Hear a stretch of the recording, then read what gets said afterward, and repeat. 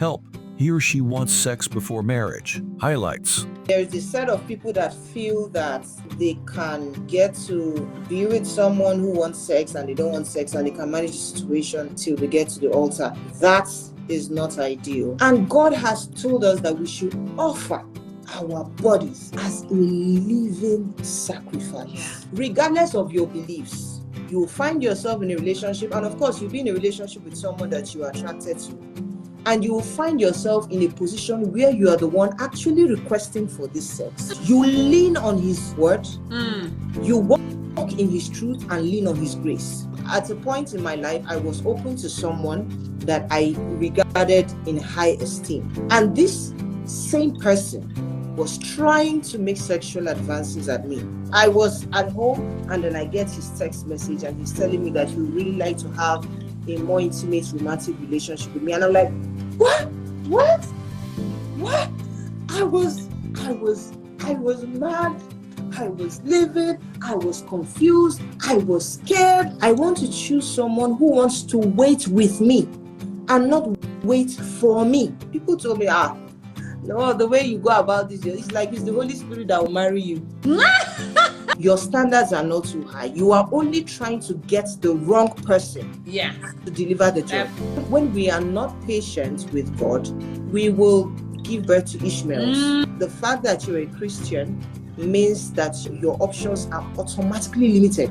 Because God's standards for us are so strict, you don't commit those kind of sins and you just claim out and run away.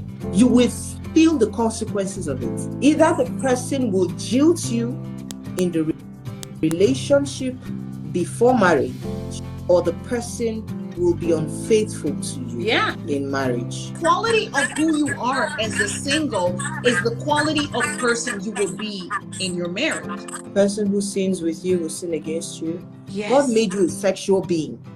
God made you an emotional being. If you deny it, that is the beginning of your downfall. No matter the fire that you are spitting from your mouth, the both of you can be lead pastors in your church. It doesn't matter. You will not want your brother or your sister to stumble on your account. I also agree with what you said about people chasing virginity.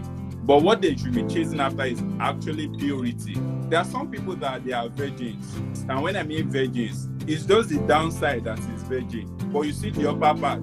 It's not virgin, like it has been touched, it has been smashed, it has been everything. Bible talks about, for us as a guy, that if we look at a lady lustfully, just looking at her, we are not talking about you touching, no, you're not going to touch, you're not going to bed with her, that you look, just lookery.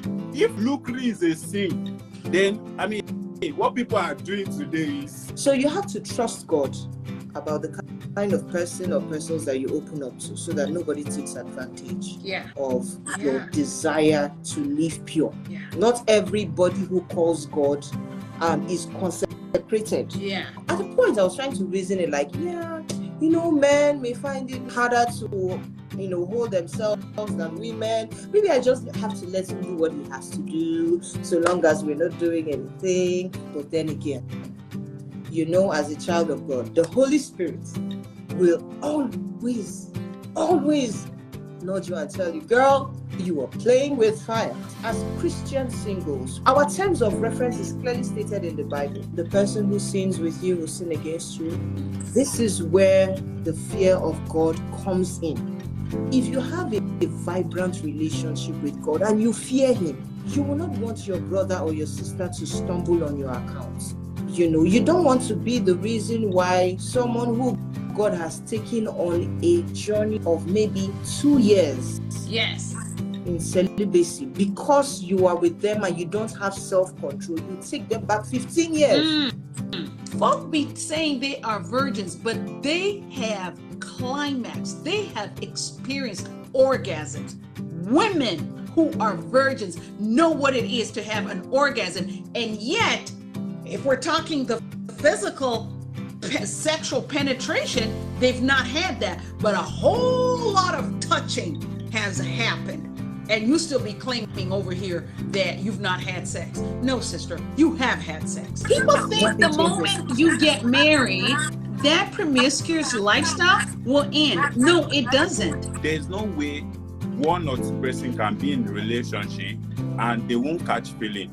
As a matter of fact, if you're dating someone, it's because you like him or you like her. So there is tendency for you to catch the feeling. So what that means is, it's management. How do you now manage it? How do you contain it? That's where the problem is. Purity with God does not mean that you just be skirting around the mountain, but you be touching the mountain. Don't come near the mountain. Stay away so that you can be sure of your purity. Cohabiting will ultimately lead to sin. The Bible talks about sexual relations, and sexual relations is an all-encompassing word that goes beyond the actual penetrative sex. When you find yourself in a situation where someone who you respect is trying to take advantage of you sexually, the number one thing you do is remove yourself from that place. If it's in a church, remove yourself from that church. Help. He or she wants sex before marriage. Watch full video on the Maggie Mugai Show YouTube channel today.